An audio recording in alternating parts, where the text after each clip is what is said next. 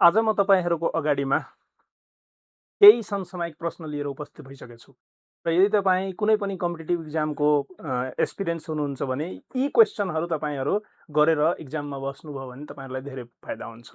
यो चाहिँ अब गोर्खापत्रबाट लिएको क्वेसनहरू हो। तपाईँहरू यो सबै क्वेसन 2-3 चोटि यो भिडियो हेर्नुभयो भने तपाईँहरूलाई धेरै नै फाइदा हुन्छ र यहाँबाट आएको प्रश्न यदि इक्जाममा आयो भने तपाईँ सजिलै गर्न सक्नुहुन्छ। म आफ्नो तरिकाले यो सबै प्रश्नहरूलाई के गर्छु भन्दाखेरि डिस्क्राइब गर्छु। त्यसैले यो समसामयिक टपिकहरू हो, एकचोटि हेरेर मात्रै इक्जाममा जानुभयो भने फाइदा हुन्छ है। त्यसो भए म धेरै ढिला नगरिकन हजुरहरूलाई आफ्नो पहिलो प्रश्नतर्फ लिएर जान चाहन्छु। फर्स्ट क्वेसनले हाम्रो के भनिरहेछ भन्दाखेरि हेर्नुहोस् त, यो मौद्रिक नीतिसँग सम्बन्धित प्रश्न हो। तपाईँहरूले हेर्नुभयो होला कतै न कतै।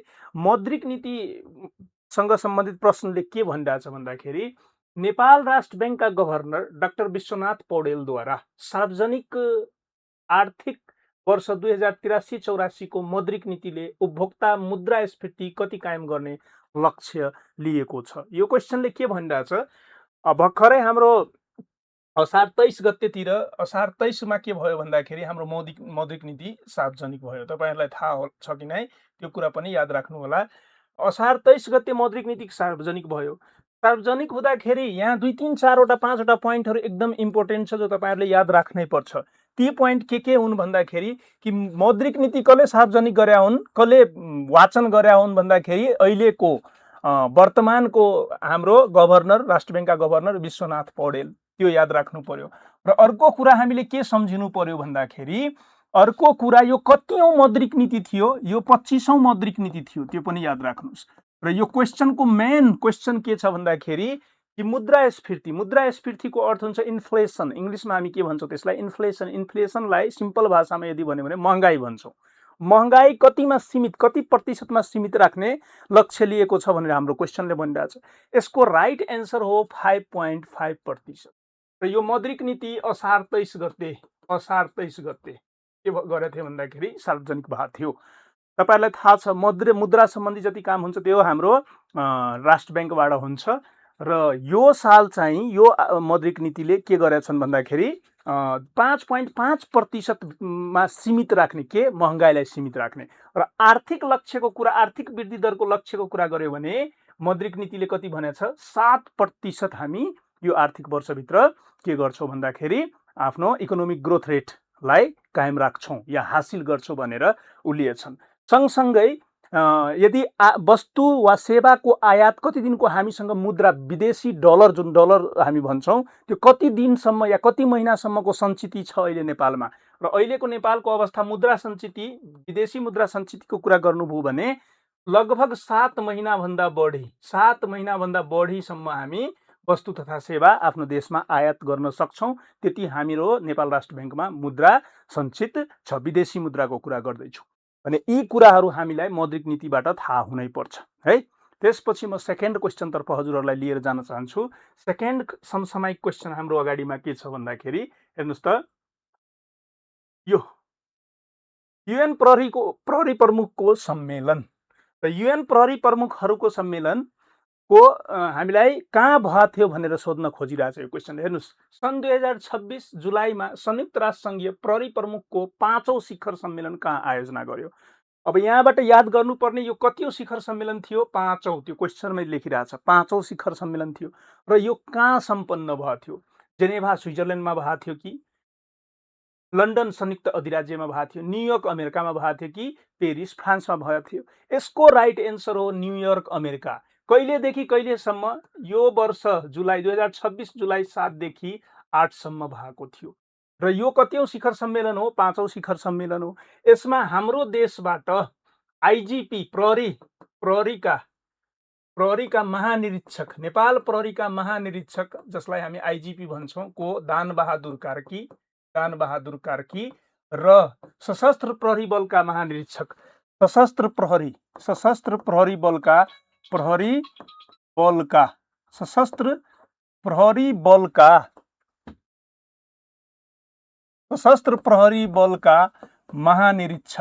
महानिरीक्षक नारायण दत्त पौडेल, यो दुईटा नाम याद राख्नु होला। नारायण दत्त पौडेल र अर्को नाम मैले के लेखेछु भन्दाखेरि दान बहादुर कार्की। दुईजना एकजना चाहिँ आइजिपी नेपाल प्रहरीका र अर्को सशस्त्र प्रहरी बलका महानिरीक्षक आइजिपी नारायण दत्त पौडेल चाहिँ सहभागी हुनुभएको थियो। लगभग हरेक देशबाट 5 जना जुन सदस्य राष्ट्र छ यसको त्यो हरेक देशबाट प्रमुख सहित 5 जना चाहिँ कतिजना 5 जना सहभागी हुने व्यवस्था थियो र हाम्रो देशबाट यी 2 जना सहभागी थिए।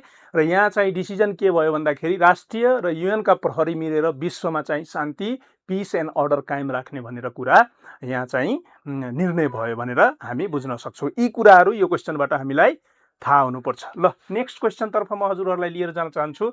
नेक्स्ट क्वेसन हाम्रो के छ भन्दाखेरि नयाँ समुद्री जीवको पत्ता। सन् 2026 जुलाईमा क्यारेबियन सागरमा फेला पारेको नयाँ समुद्री जीव समुद्री स्लगको नाम के राखिएको छ? अब भर्खरै क्यारेबियन सीमा एउटा नयाँ समुद्री जीव फेला परेछ जसलाई रेड स्लग पनि भनिन्छ। कुन कलरको छ त्यो? रेड कलरको। कुन कलरको छ त्यो? रेड कलरको। रेड कलरको छ, त्यसैले क्यारेबियन रेड स्लग भनेको छ। जुलाई महिनामा पत्ता लागेको थियो। त्यसको नामाकरण के गरे हो र यसको अब अप्सनहरू हेर्नुस् त। अप्सनहरू के छन् भन्दाखेरि एउटा अप्सन अल्डिसा भोजिना, भोजिना स्लग, अर्टेया क्यारेबिका, केप भर्डे न्युड्रिब्रान्च भनेर राखेको छ। यसको राइट एन्सर छ क नम्बरमै, अप्सन ए मै छ अल्डिसा भोजिना। अल्डिसा भोजिना यो चाहिँ स्पेनका साइन्टिस्ट, स्पेनका जीव वैज्ञानिकले नाम राख्या हो र त्यो जीव वैज्ञानिकको नाम के थियो? जेसस अर्टेया।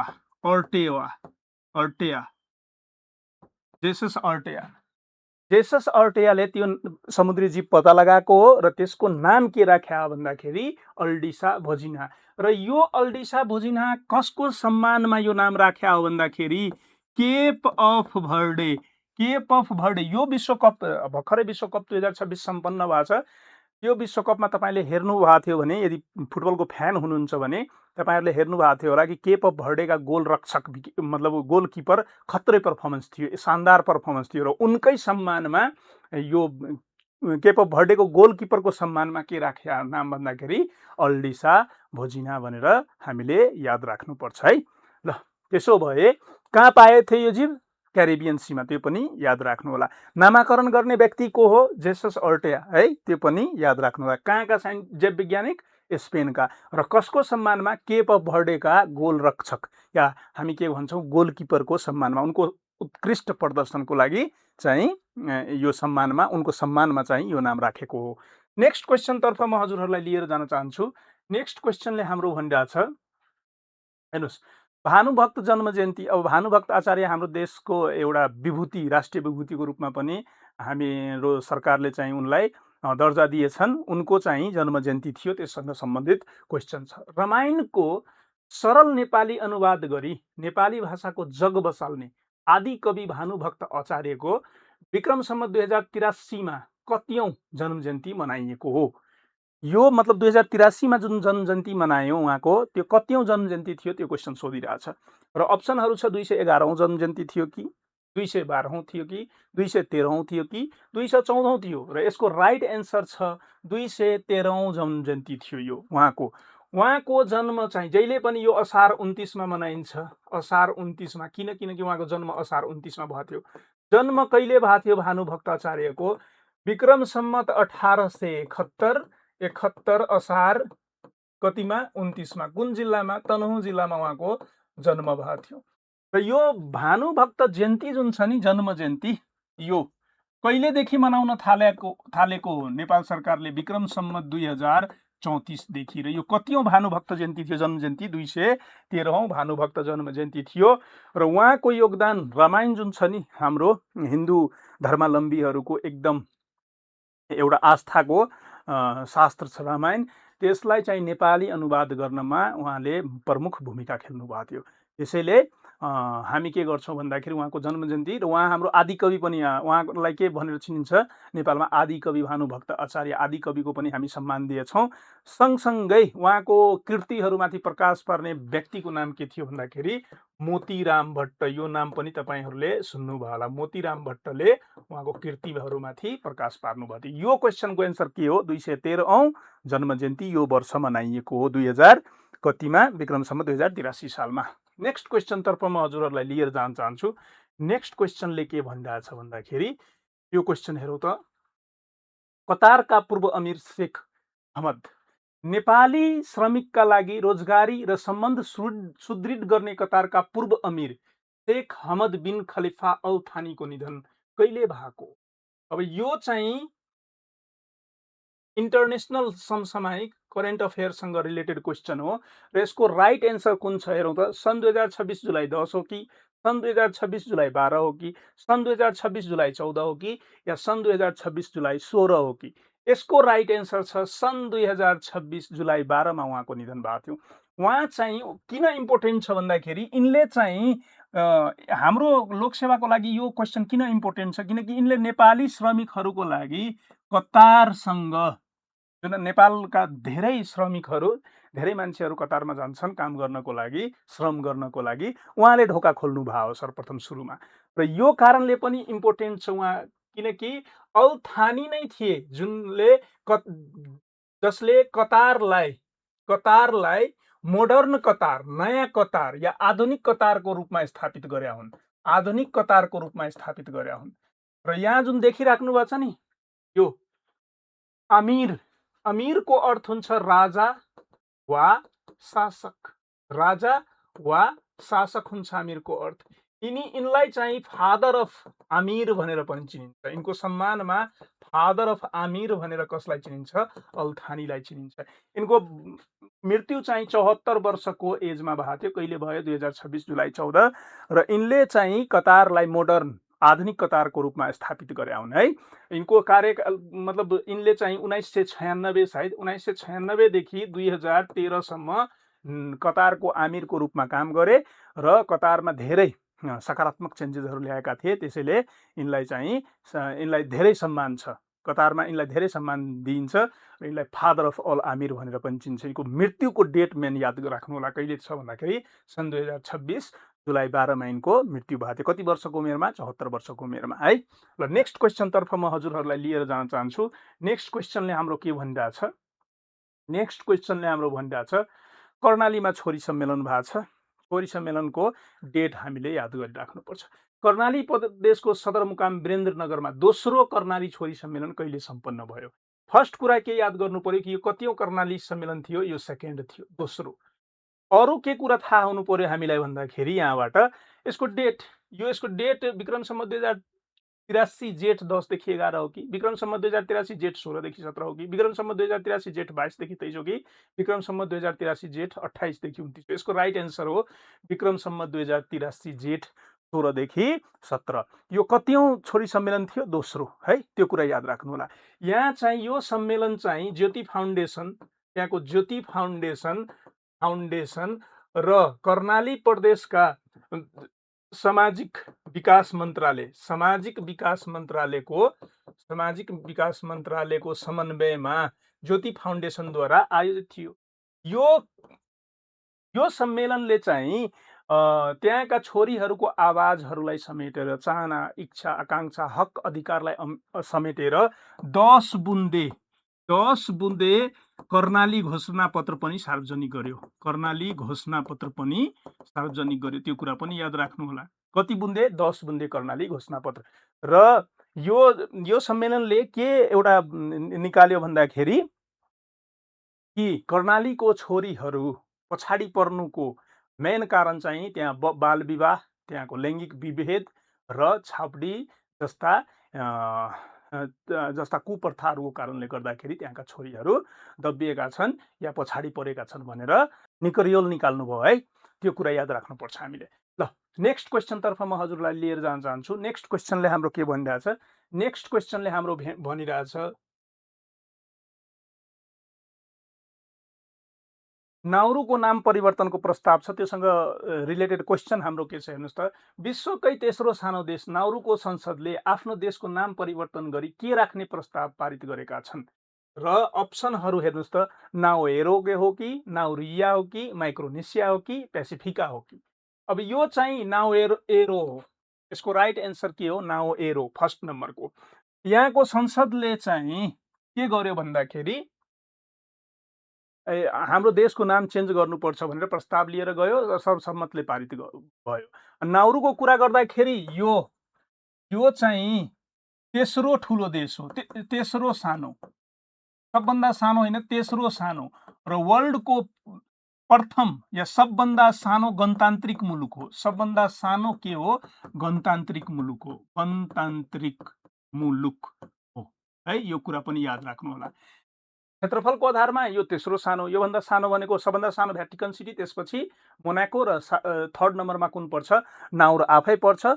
र सबभन्दा सानो गणतान्त्रिक मुलुकको कुरा गर्यो भने नाउरो, यसले चाहिँ आफ्नो संसदबाट पास गराइसकेछ र यहाँका सरकारले त्यति मात्रै होइन, संसदबाट पास मात्रै होइन कि जनताहरूको पनि मत जान्नको लागि त्यहाँ के गराइरहेछन् भन्दाखेरि रिफरेन्डम, जनमत संग्रह गराउन लागेका छन् र त्यसपछि मात्रै त्यो डिसिजन हुन्छ भनेर भनेका छन्। भनेको नाउएरो याद राख्नु होला है, नाउएरो। र नेक्स्ट क्वेसनतर्फ म हजुरहरूलाई लिएर जान चाहन्छु। नेक्स्ट क्वेसनले हाम्रो के भनिरहेछ भन्दाखेरि विश्व अभिभावक दिवस, संयुक्त राष्ट्रसङ्घको घोषणा अनुसार विश्व अभिभावक दिवस प्रत्येक वर्ष कुन मितिमा मनाउने गरिन्छ र यसको राइट एन्सर हो मे 1 कि जुन 1 कि जुलाई 1 कि अगस्त 1। यसको राइट एन्सर हो जुन 1 मा मनाइन्छ। र यो पालिको नाराको कुरा गर्नुभयो भने नारा के थियो, together for parents, together for parents थियो है। यो चाहिँ अभिभावकहरूले आफ्नो सन्तानको लागि जुन प्रयास, जुन बलिदान दिएको हुन्छ त्यसको सम्मान, त्यसलाई कृतज्ञता व्यक्त गर्नको लागि यो मनाउन थालेको हो। सन् 2012 मा यो चाहिँ जनरल एसेम्ब्ली युएनजिएले, युनाइटेड नेसन महासभाले यसलाई मनाउने निर्णय गर्यो र सन् 2013 देखि चाहिँ यो फुल रूपमा मनाउन थाल्यो भनेर कुरा पनि याद राख्नुपर्छ हामीले है। भनेको यो पालिको नारा याद राख्नु होला र कहिले मनाइन्छ, जुन 1 मा, र नारा के थियो, टुगेदर फर प्यारेन्ट्स, अभिभावकका लागि सँगसँगै भनेर हामीले नेपालीमा उल्था गर्न सक्छौँ। भनेको जुन 1 देखि जुन 1 मा मनाइन्छ, यो कुरा याद राख्नु होला। नेक्स्ट क्वेसनतर्फ म हजुरहरूलाई लिएर जान चाहन्छु। प्रधानमन्त्री कप भएको थियो भर्खरै, चैत्रदेखि वैशाखसम्म चलेको थियो प्रधानमन्त्री कप। त्यसको विजेता मतलब टोली कुन हो? राइट एन्सर कुन छ हेर्नुहोस् त, सशस्त्र प्रहरी हो कि एपीएफ, त्रिभुवन आर्मी क्लब हो, नेपाल पुलिस क्लब हो कि बागमती प्रदेश? यसको राइट एन्सर छ त्रिभुवन आर्मी क्लबले जितेको थियो प्रधानमन्त्री कप। र उपविजेताको कुरा गर्दाखेरि उपविजेता टिम चाहिँ सुदूरपश्चिम प्रदेश भयो। क्रिकेटमा सुदूरपश्चिम निकै अगाडि छ, एनपिएलमा पनि तपाईँहरूले हेर्नुभयो होला, 2 देखि फाइनलमा पुगिरहेछ, फाइनल जितेका छैनन्, ब्याड लक, तर सुदूरपश्चिम अगाडि छ, उपविजेता टिम भयो। र यो टुर्नामेन्ट चाहिँ चैत्र 7 देखि वैशाख 4 सम्म चलेको थियो, वैशाख 4 सम्म चलेको थियो, यो कुरा याद राख्नु। जिते कसले थियो? त्रिभुवन आर्मी क्लबले। र सेकेन्ड चाहिँ उपविजेता कुन टिम भएको थियो भन्दाखेरि हामी के भन्छौँ, उपविजेता टोली चाहिँ सुदूरपश्चिम प्रदेश भएको थियो। नेक्स्ट क्वेसनतर्फ म हजुरहरूलाई लिएर जान चाहन्छु। नेक्स्ट क्वेसनले हाम्रो के भनिरहेछ भन्दाखेरि पहिलो पौषण मैत्री गाउँपालिका, नेपालकै पहिलो पौषण मैत्री गाउँपालिका घोषणा हुन सफल स्थानीय तह कुन हो? अप्सनहरू छ, बडीगाउँ गाउँपालिका बागलुङ, हेलम्बु गाउँपालिका सिन्धुपाल्चोक, गुल्मी दरबार गाउँपालिका गुल्मी, कालिका गाउँपालिका रसुवा। र यसको राइट एन्सर चाहिँ हाम्रो अप्सन नम्बर ए मा छ, बडीगाउँ गाउँपालिका। कहाँ छ यो? बागलुङमा छ। र यहाँ चाहिँ बडीगाउँ गाउँपालिका 10 वटा वाडा नै पौषण मैत्री गाउँपालिका, पौषण मैत्री हुनको लागि सरकारले केही कार्यविधि तयार गरेको थिए र त्यहाँ जुन सूचकहरू राखेको थियो त्यो सबै सूचक पुरा गरिदियो। त्यहाँका 10 वटै वाडामा त्यो सबै सूचक पुरा भयो। र यो कुन गाउँपालिका थियो? त्यो बडीगाउँ गाउँपालिका। कतिवटा वाडा छ? 10 वटा। कहाँ छ? बागलुङ। र यो कहिले घोषणा भयो भन्दाखेरि असार 15 मा। असार कसले गर्यो भन्दाखेरि गण्डकी प्रदेशका मुख्यमन्त्री चिफ मिनिस्टर सुरेन्द्रराज पाण्डेले गर्नुभयो घोषणा, सुरेन्द्रराज पाण्डे भनेर याद राख्नु होला है। यो याद राख्नु होला। कहाँ छ यो गाउँपालिका? बागलुङमा। कतिवटा त्यो गाउँपालिकामा छ? 10 वटा वडा। सबैले त्यो सूचकहरू पुरा गरिसकेपछि पहिलो चाहिँ पोषण मेत्री स्थानीय तहको रूपमा हाम्रो देशैभरिमा घोषणा भएको छ। नेक्स्ट क्वेसनतर्फ म हजुरहरूलाई लिएर जान चाहन्छु। नेक्स्ट क्वेसन हाम्रो के छ भन्दाखेरि महत्त्वपूर्ण भनाइ छ यो कल्पनाभन्दा बढी महत्त्वपूर्ण कल्पना ज्ञानभन्दा बढी महत्त्वपूर्ण हुन्छ भन्ने प्रसिद्ध र तार्किक भनाइ कुन हो? कुन महान वैज्ञानिकको हो? ग्यालिलियो ग्यालिलीको हो कि आइजक न्युटनको, स्टिफन हपकिन्स कि अल्बर्ट आइन्स्टाइन? यसको राइट एन्सर छ अल्बर्ट आइन्स्टाइनले के भनेथे भन्दाखेरि imagination is more powerful than knowledge. Imagination चाहिँ पावरफुल हुन्छ नलेज भन्दा भनेर कसले भनेथे? वैज्ञानिक, science father of science Albert Einstein है। त्यो कुरा याद राख्नु होला। नेक्स्ट क्वेसनतर्फ अल्बर्ट आइन्स्टाइनले भनेको थिए। नेक्स्ट क्वेसनतर्फ म हजुरहरूलाई लिएर जान चाहन्छु। दिगो विकास सूचकाङ्क सम्बन्धी यो क्वेसन छ। के भनिरहेको छ? संयुक्त राष्ट्रसङ्घको दिगो विकास समाधान नेटवर्क सार्वजनिक दिगो विकास सूचकाङ्क 2026 मा नेपाल कतिौं स्थानमा रहेको छ? 85औं स्थानमा छ कि 90औं स्थानमा छ कि 95औं स्थानमा छ कि 100औं स्थानमा छ? यसको राइट एन्सर छ यो पालि 90औं स्थानमा छ।